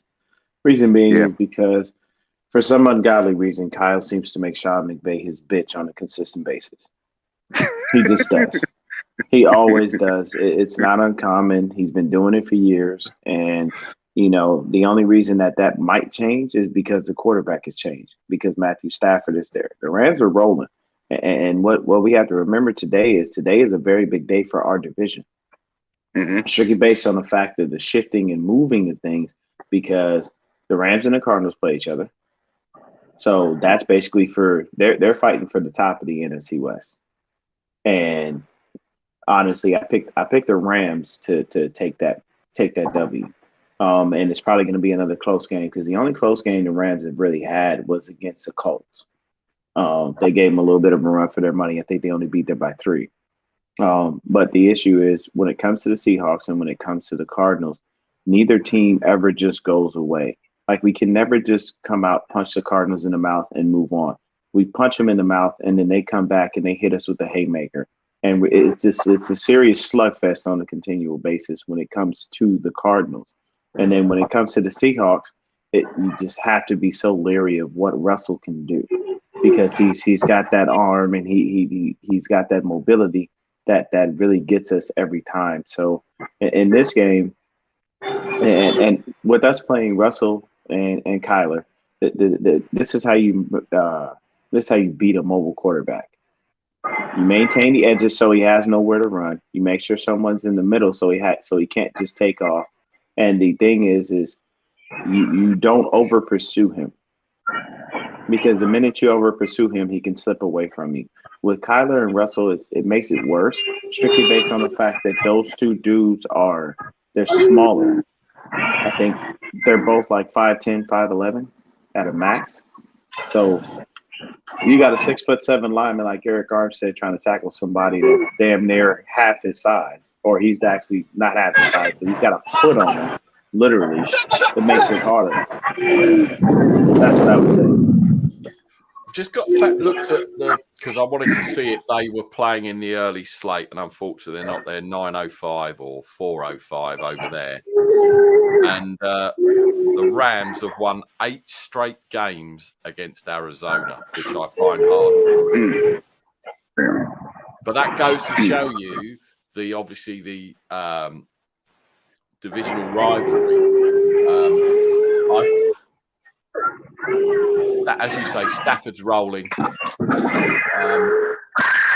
I don't like my 3 or 2 favourite things when I watch football are to see old chewing gum face Pete Carroll pissed off on the sideline losing, and I love to see McVay chewing a lemon when the Niners kick their ass. Is it me, or does anybody agree with me on this? Does everybody agree with me on this? Do you hate seeing Pete Carroll's face on that screen chewing bubblegum?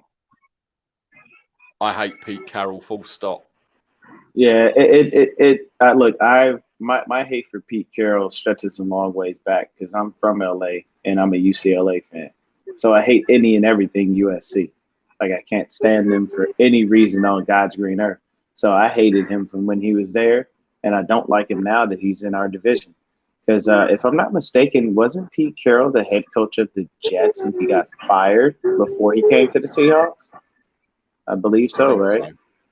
Yeah. So, I mean, I didn't like Pete Carroll when he was there at USC, and I don't like him now that he's the Seahawks. I think my favorite all-time Pete Carroll clip is when Malcolm Butler picked him off in the end zone.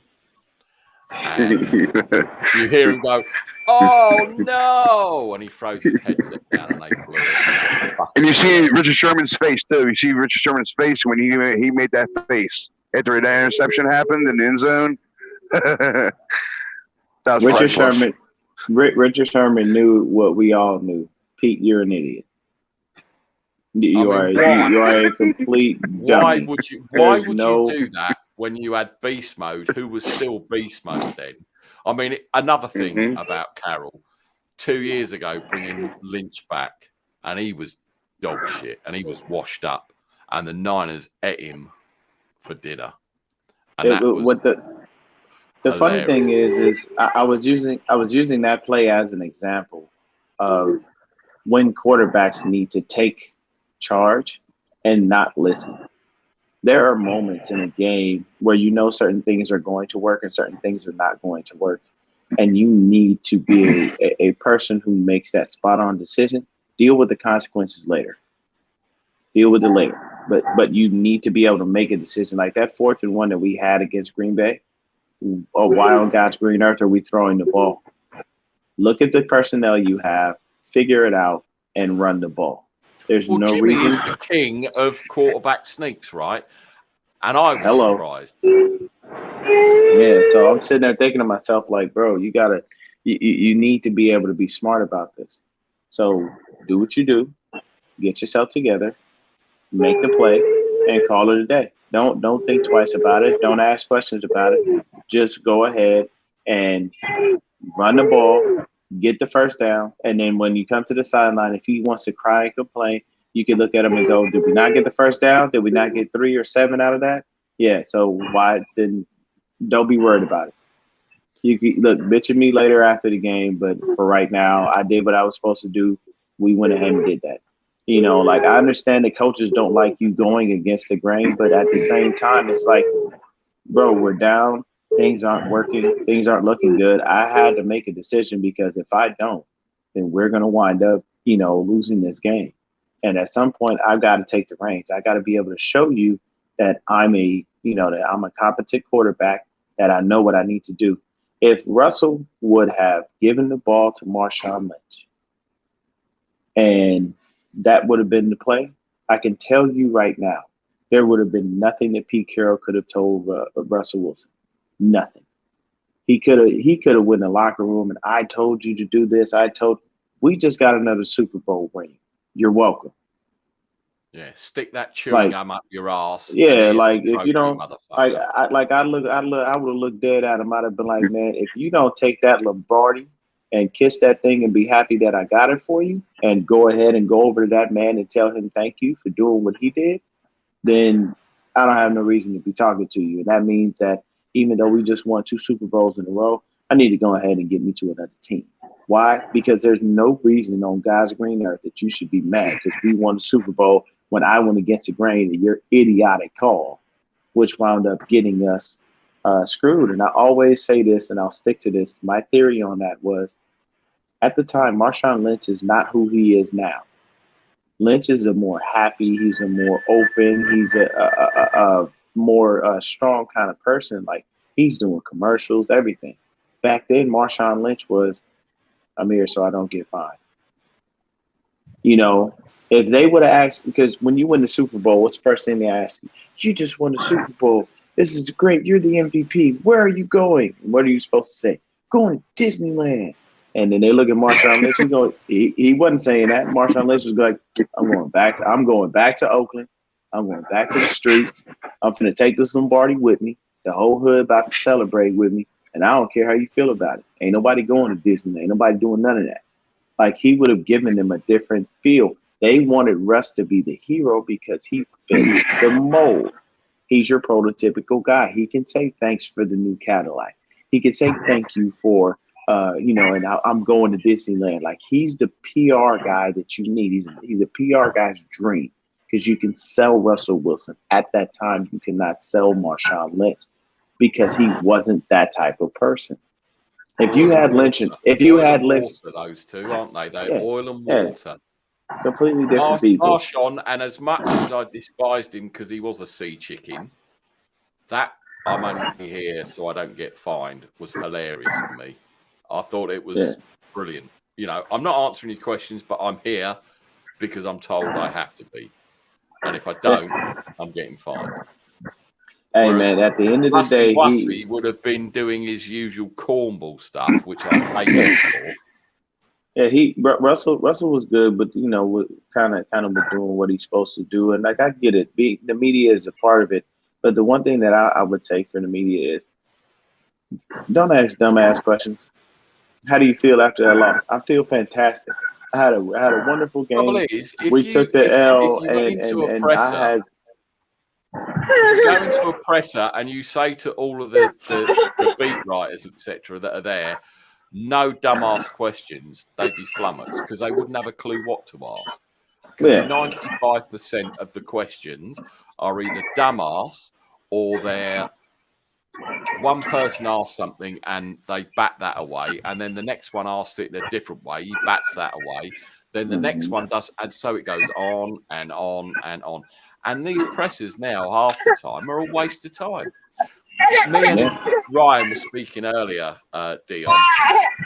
Do you think Kyle is full of shit from saying Jimmy G played really well in the last game? And do you believe anything he says going forward, or what's your feelings on specifically that one comment? You can't trust that. You cannot trust the fact that he was being 100% real on that, because there's so many things you could pick apart from his performance. And I can tell you right now, just looking at it, you know, on the whole, he didn't play well. We all know that. He didn't play well there. He didn't play well against Philly. I think the best he's looked was against Detroit. That was the best he's looked all season.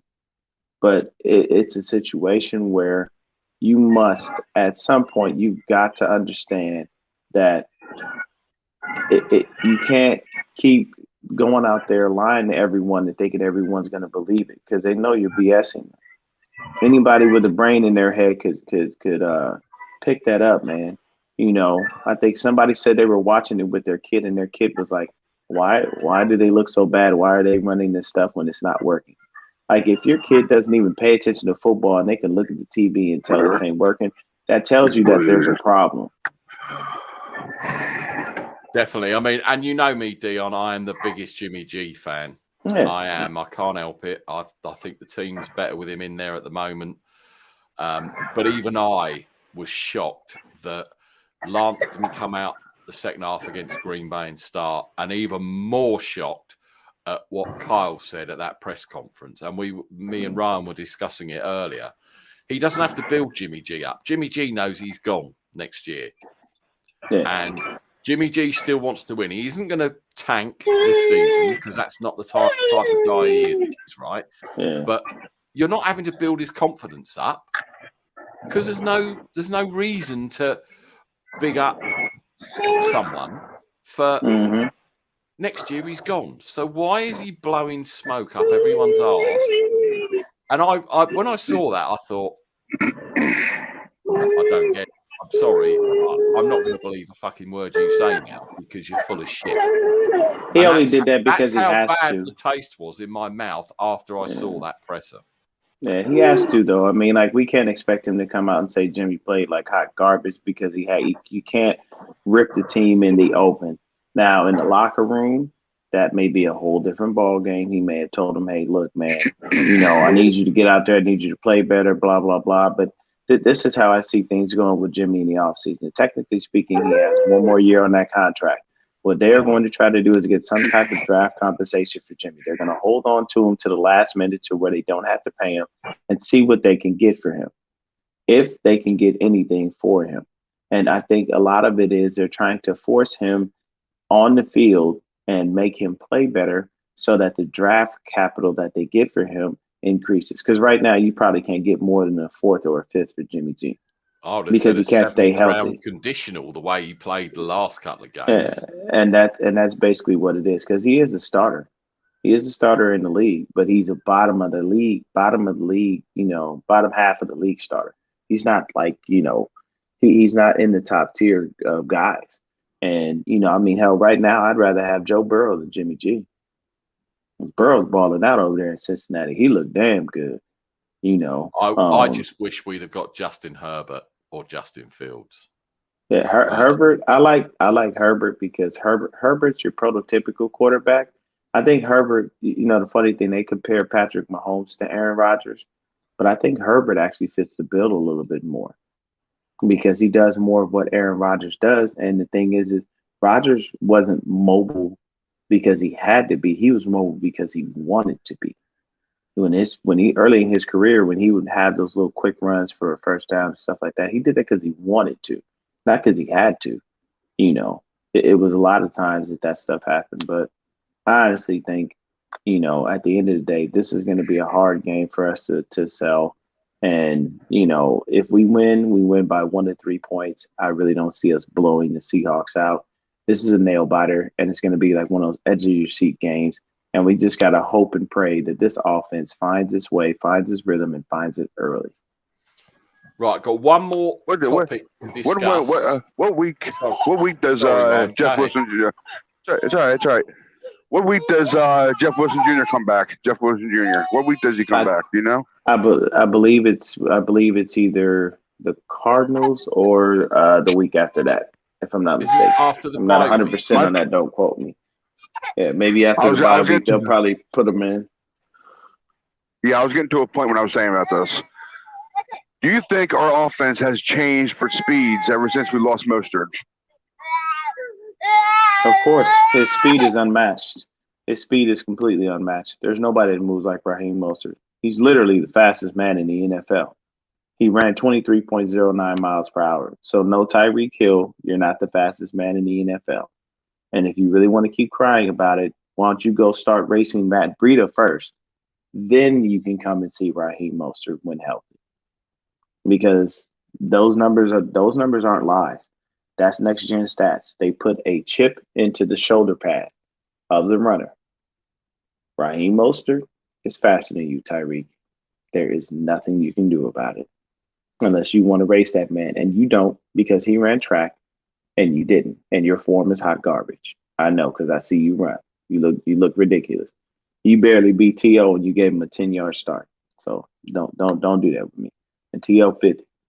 So it's just, you know, the speed has changed, and we thought that we were going to be okay because we had Elijah Mitchell. But what's the same situation?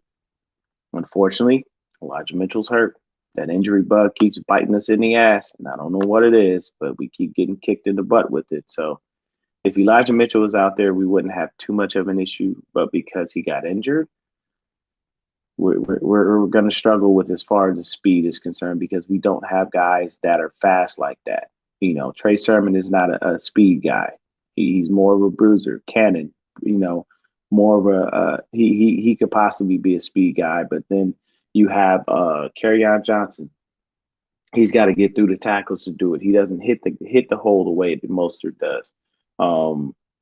Jacquez Patrick, the other guy that we brought in, he's a bruising runner. He ain't got no speed. I saw his highlights from Florida State. That young man, he's like the bus. He's like Jerome Bettis. He's not fast, but he hits, and he'll hit you before you hit him. So, yeah, that definitely has happened. Sorry, I was having trouble unmuting myself. I think my battery's running out on my mouse. Right. One more subject I want to touch on quickly, and then we're going to do a few over and unders and then get up out of here. ESPN, that report with the book last week regarding Tom Brady coming to the Niners, etc. If we'd have got Brady, we wouldn't have ended up with Lance. And Jimmy G would have been gone, and Christ knows who would have been the backup. So what do you make of it, Dion? Are you glad we didn't get Brady, even if it was for 2 seasons for 50 million or whatever, and we didn't end up with Lance and obviously the rest of the stuff carried on downhill? Are you pleased we didn't get Brady, but we ended up with Lance, etc.? Or what's your take on the whole Brady to San Francisco scenario that was being played out in this book? This is how I looked at it. There are two quarterbacks in the league that wanted to play here because they're from here. So we have Aaron Rodgers. He went to Cal. He wanted to be here with the Niners. Tom Brady is a lifelong 49er fan. His idol was Joe Montana. The man was a sixth-round pick, came in for Drew Bledsoe, and has 7 damn rings. Please, somebody on God's green earth explain to me why you wouldn't want him on your team. I know I would. If Brady came here and said, look, man, this is going to be the situation. I want this amount of money, and I need y'all to get rid of this kid because he obviously ain't cutting the mustard. I'd have looked at him and I'd said, okay. I'd have looked at Jimmy and found me a trade partner. What can you give me for him? If I can't get a first-round pick, I'm trying to find 2 picks. I don't care if you give me a 3rd and a 5th or whatever the case may be. I would have kicked him out of here so quickly, and I would have automatically said to myself, I have a Super Bowl winning prospect that will be able to navigate my offense properly, who can push the ball down the field, throw outside the numbers, throw over that, and continue to make sure that things happen. Tom Brady, though he may not be mobile, and he never really was, he can run a bootleg. It ain't that hard.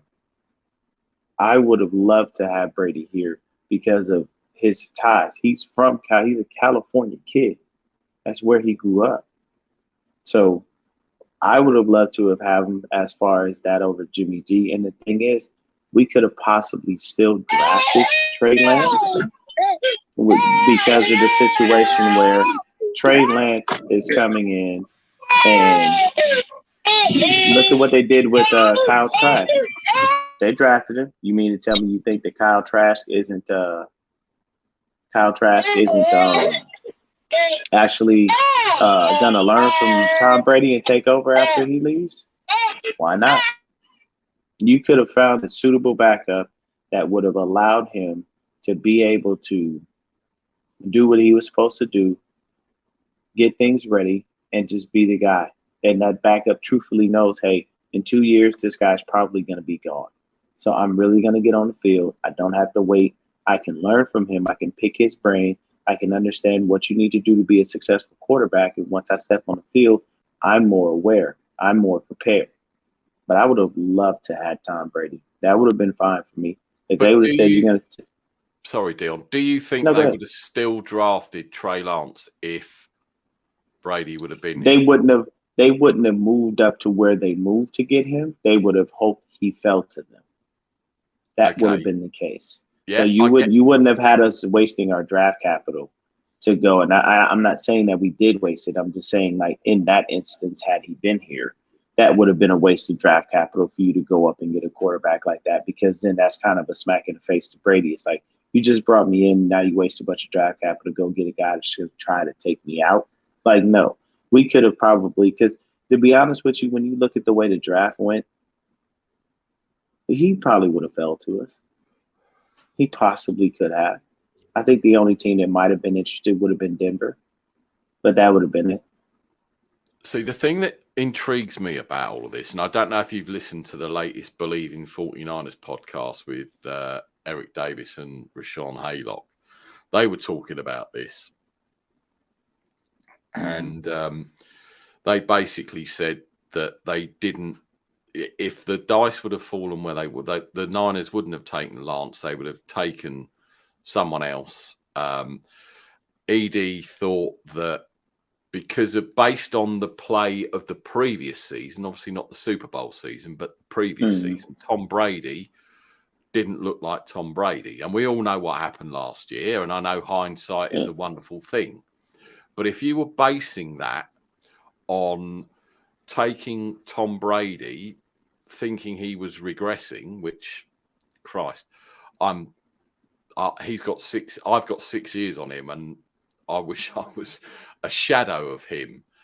Mm-hmm. But based on that play that he had, and he wasn't that good, and he wasn't that mobile, and all of a sudden they've won the Super Bowl, and he was doing Brady things. But if you base that on the previous year, maybe that's why the Niners were a bit, well, maybe Jimmy is a better option. Don't Yeah, I shoot can me see why down, that would make people, them but I'm apprehensive. just saying there must have been a reason. And if it's not monetary, right? If it wasn't monetary, bearing in mind apparently Jed has signed off the 27 million this year for Jimmy, whether he plays or not. So who knows whether that. But based on the play of Brady, and you had Garoppolo in there 2019, and he took us to the Super Bowl, and yes, he's limited, and I get all that. But they obviously thought going forward, before the injuries to Jimmy, that he was a better option than Brady. That's the only kind of thing I can think is why they didn't pull the trigger on Brady if he was cheap enough. Yeah, that sounds about right, man. I mean, I completely understand.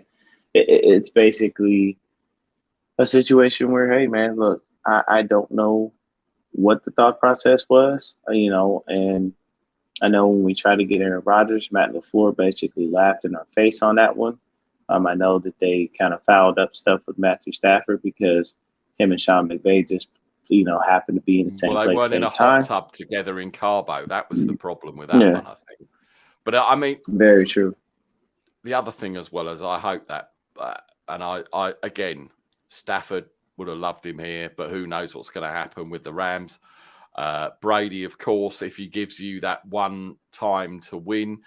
The other thing, of course, is to factor in as well. If we'd have got Brady, got rid of Garoppolo, all of those injuries and COVID struck. So we were in deep shit. So and I know there's never any guarantee in football. I understand that. But you look at what was left and what he would have had to have played with on the offensive side and how banged up and injured that defense was. It could have been a lame duck, right? He could have ended up being terrible behind this line with no receivers. So it's kind of, I'm glad he didn't come, because you don't want to see him end his career being a dud. Not saying he would have been a complete dud, but do you see what I'm saying? You don't want someone like that. And it wouldn't have tarnished his legacy, what he did in New England. We all know that. But all of that stuff that went on, and then all of the injuries, I'm kind of glad we didn't see Brady struggling behind this makeshift line with subpar bit players behind him. Do you see what I'm saying?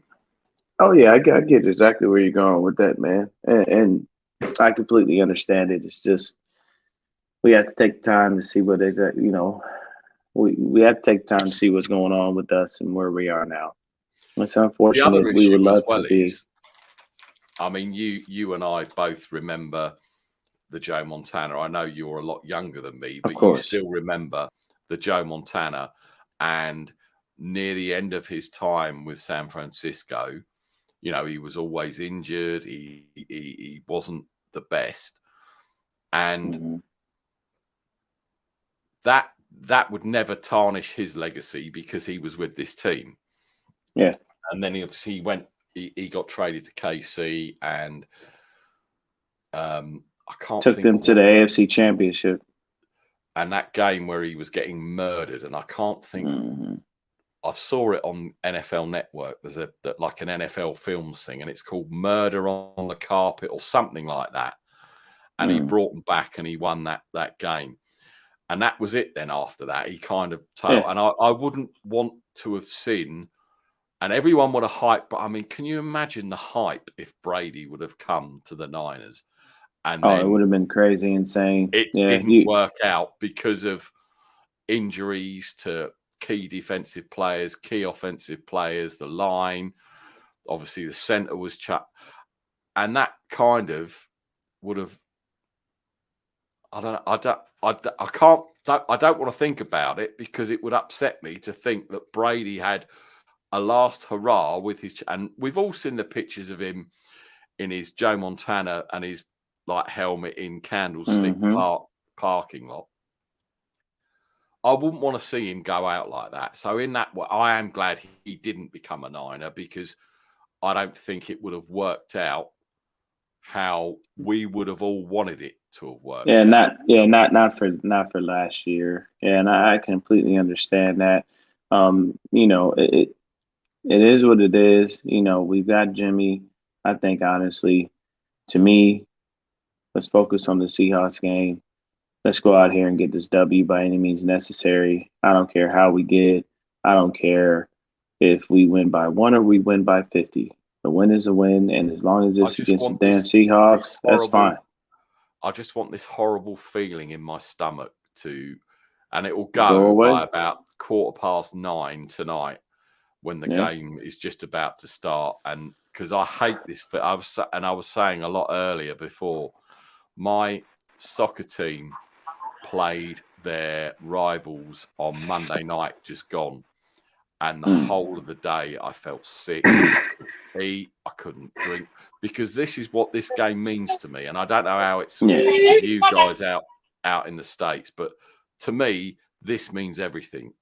I want to beat the Seahawks. If we don't win any other games the rest of the year, yes, beating them will work. But it's this game tonight, and when we go up to the Clink or the whatever it's called now, the Illuminous stuff, whatever that shit's called, that weird ass looking place in Seattle where it always rains. We got to win. I don't care how. A point, 2 points, 27 points, 3. We just got to win. We just got to win because I can't stand this feeling at the moment. Yes, sir. And it was always, I never felt this way about Dallas because back in the Dallas rivalry, it wasn't, I wasn't so much into it and I wasn't bought into it because that was when I first started watching. Yeah. But I've seen Sherman, and everyone knows my feelings on Richard Sherman when he came to the Niners. Seeing him eating turkey on Thanksgiving on the SF, that just makes it even worse. And I don't think I could ever go to a Niners Seattle game because I'd either get killed, ejected. I'd definitely get drunk, but I wouldn't last for 3 hours. I would not last 3 hours. And I really want to go up to Seattle and watch a game. Man. I've really up, but I know I'd probably get deported after about an hour and thrown out. And they'd send me back, send my drunk, limey ass back to England. But that's definitely on my bucket list. Right, we're going to do a couple of quick over and unders. Sorry about that, guys. Sorry about that. I had to stuff going on. Sorry. You're good, man. You're good. Go ahead, Brian. I'm sorry. I was trying to take care of my kids real quick. Sorry. No, we understand. Right, quick couple of over-unders. Trey Lance plays 3. Over or under? 3 drives, you mean? Or 3 downs? No, 3 or plays. 3 single 3 plays? 3 plays. I'll take that. I'll take the over on that. Yeah, I was about to say I'll take that too. Yeah. Yeah, take the over. I'm going to go under. I think he's going to get 2. Okay. Just because I'm being pessimistic. Trent Sherfield catches 2. Over or under? Under. Catches. Under. Yeah. He's too busy. He's too busy trying to force Ayuk out there when, like I said 2 weeks ago, Ayuk was an afterthought, and now he's the man again, which to me is a crock of you know what, but it is what it is. Okay. Sacks by the 49ers defense. So that's any player. It's not a Bosa or anything like that. On Russell Wilson, 2. Over or under? What's their offensive line ranked as right now? Do you know? I'm not sure. I think if you look it up, it just says shit on it. Yeah, NFL. Probably really. Yeah, I have to agree with him. It probably does say that. I'll take the over. I say we can get at least 3. If Bosa can get in there, I believe we had 5. I'm just throwing it out there, you know. There we go. Hopefully, we throw that at the wall. Hope 59 seconds. Well, sorry, 1 hour, 59, 58 2 hours. seconds. 5. 2 hours. 5. 2 hours. 2 hours. That would be good. That would be good. Okay, so receiving yards. Brandon Ayuk, 62 yards, over or under? Over. Over. Yeah, I say over too. Yeah, I'll go for over. George Kittle, receiving yards, 30, over or under? If he plays over. Yeah, if he plays over, I agree with you. Yeah, if he plays over, yeah. Apparently he's good. He is good. Definitely good to go. It's only Elijah Mitchell that's out of the players. Okay. The reason, I'll give you a quick thing. The reason I say over is because of that calf injury. I do not see them using him so much in the pass block, in the run block game.